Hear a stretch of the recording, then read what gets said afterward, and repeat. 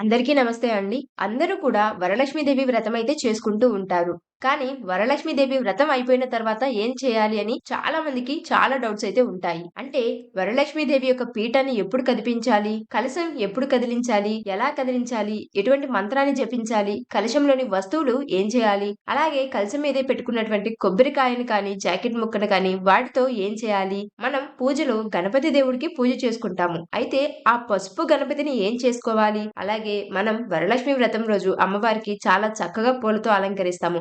ఆ పువ్వుల్ని, ఆకుల్ని ఏం చేయాలి? అయితే చాలా మంది కూడా వరలక్ష్మి వ్రతం రోజు అమ్మవారికి పసుపు కొమ్మును కానీ, లేదంటే రూపుని కానీ కడతారు. దాన్నేం చేయాలి? అలాగే చేతికి కట్టుకున్నటువంటి తోరాన్ని ఎప్పుడు విప్పాలి? ఎలా విప్పాలి? అమ్మవారికి మనం సమర్పించినటువంటి వాయనం ఏ విధంగా మనం వాడుకోవాలి? అదే విధంగా మనం వరలక్ష్మీదేవి వ్రత పీఠాన్ని శుక్రవారమే కదిలించాలా? లేదంటే శనివారం కదిలించాలా?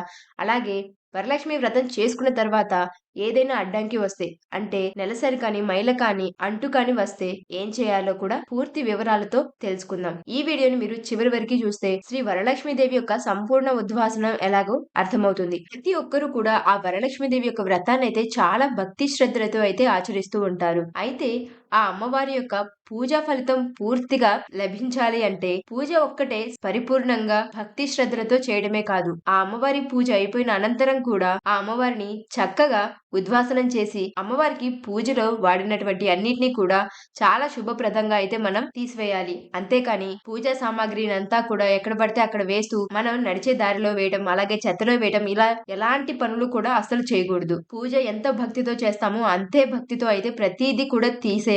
ముందుగా మనందరం అయితే శ్రావణ శుక్రవారంలో ఈ వరలక్ష్మీదేవి వ్రతం అయితే చేసుకుంటాము. చాలా మందికి శుక్రవారమే లక్ష్మీదేవి పీఠాన్ని కదిలించాలా? లేదంటే శనివారం పీఠాన్ని కదిలించాలా? అని చెప్పేసి సందేహం ఉంటుంది. ఎప్పుడూ కూడా పీఠాన్ని శుక్రవారం నాడైతే కదిలించకూడదు. అంటే లక్ష్మీదేవిని శుక్రవారం పూట "వెళ్ళి రామ్మా" అని చెప్పకూడదు. ఎందుకంటే మనం చాలా చోట్ల చూస్తూనే, వింటూనే ఉంటాం. ఉప్పును కానీ, అదే విధంగా డబ్బుల్ని కానీ ఎవరికీ కూడా శుక్రవారం నాడు అప్పుగా అస్సలు ఇవ్వము. అలాగే మన ఇంటికి వచ్చినటువంటి ఆడపడుచుడు కానీ, ఎవరిని కూడా మనం శుక్రవారం నాడైతే వెళ్ళండి అని అయితే అస్సలు చెప్పము. అంటే దాని అర్థం ఏంటంటే శుక్రవారం నాడు మన ఇంటి ఆడపిల్లల్ని కూడా మనం పంపించినప్పుడు మనం ఆ లక్ష్మీదేవిని మాత్రం ఎలా పంపించగలం?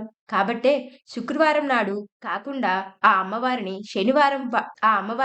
శనివారం రోజున ఉద్వాసన చేసి సాగనంపాలి. అదే విధంగా చివరిలో ఇలా చెప్పాలి. "అమ్మ, ఈ ఏడు నీకు ఎంతో ఘనంగా పూజైతే నిర్వహించుకున్నాము. అదే విధంగా వచ్చే ఏడాది కూడా ఇలాగే నీకు పూజ చేసుకునే విధంగా అయితే మమ్మల్ని చూడు. వచ్చే ఏడాది కూడా మళ్ళీ రావమ్మా" అని చెప్పేసి సాగనంపాలి. వరలక్ష్మి వ్రతం అయిపోయిన తర్వాత రోజు చాలా మందికి కూడా చాలా అడ్డంకులొస్తాయి. అలాంటప్పుడు ఏం చేయాలి అంటే మీ ఇంట్లో ఉన్నటువంటి మగవారి చేత, లేదంటే పిల్లల చేత, లేదంటే మీ అత్త వాళ్ళ చేత అమ్మవారి కలశాన్ని కదిలించాలి. లేదు మీ ఇంట్లో మగవారు లేరు, అలాగే పిల్లలు కూడా చాలా చిన్నవాళ్ళు, మా ఇంట్లో అత్తమామలు ఎవరూ లేరు అనుకున్నప్పుడు మీరు 5 రోజుల తర్వాత తలస్నానం చేస్తారు కదా! అప్పుడు మీరు ఆ కలశాన్నయితే కదిలించాలి. ముందుగా మనం వరలక్ష్మి వ్రతం అయిపోయిన తర్వాత తెల్లవారుజామున అంటే శనివారం ఉదయాన్నే 10:30 లోపు అయితే లేదా 11:30 లోపు అయితే మనం కలశాన్ని కదిలించాలి.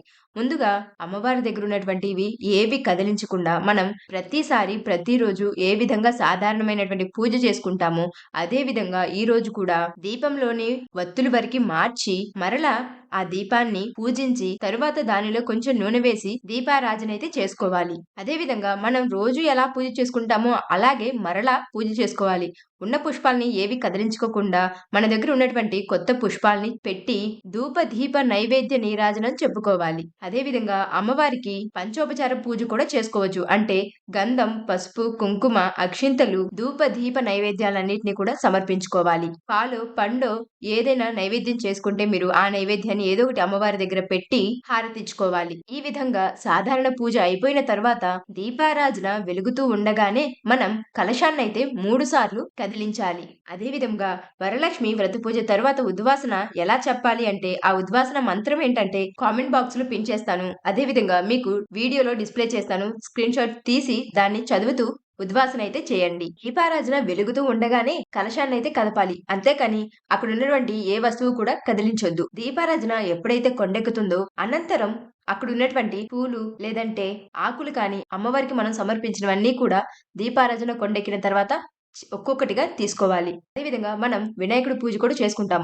ఆ పసుపు ముద్దను మనం ఏం చేసుకోవాలంటే మొహానికి కానీ, శరీరానికి కానీ రాసుకొని స్నానం చేసుకోవాలి. కలశంలో వేసిన ప్రతీదీ కూడా తీసి మనం బీరువాలో కానీ, పూజా గదిలో కానీ పెట్టుకోవచ్చు. అదే విధముగా రూపాయి, పసుపు కొమ్ము ఇలాంటివైతే బీరువాలో పెట్టుకుంటే లక్ష్మీదేవి ధనలాభం ఎక్కువగా కలుగుతుందనేటువంటి నమ్మకం. అలాగే అమ్మవారి రూపు కడతాం కదా కలశానికి, ఆ రూపు కూడా మరలా ఒకసారి నీటిలో శుభ్రంగా కడిగి మీరు మీ మంగళసూత్రంలో లేదంటే పూజా గదిలో అయితే పెట్టుకోవచ్చు. అమ్మవారికి ఇచ్చినటువంటి వాయనం ఏదైతే ఉందో, ఆ వాయనం కూడా ప్రతీది దానిలో ఉన్నటువంటి ప్రతీది కూడా మీరే ఉపయోగించుకోవాలి. ఎవరైతే పూజ చేస్తారో వారు ఉపయోగించుకుంటేనే శుభప్రదం. అదేవిధంగా కలశం మీద ఉన్నటువంటి కొబ్బరికాయనైతే ఏదైనా ఒక తీపి పదార్థం చేసుకొని తినొచ్చు. అలాగే జాకెట్ ముక్క ఏదైతే ఉందో అది కూడా మీరు తీసి కుట్టించుకొని మీరు వేసుకోవచ్చు. కలశంలోని నీరుని ఏం చేయాలంటే అదేవిధంగా ఆ కలశంలోని నీటిని తప్పనిసరిగా మీ మీద, మీ కుటుంబ సభ్యుల మీద, ఇంట్లో అంతా కూడా చాలా చక్కగా చల్లుకోండి. అనంతరం మిగిలిన వాటిని కోట దగ్గర కానీ, లేదంటే ఒక పచ్చని చెట్ల మొదల్లో కానీ వేసుకోవచ్చు.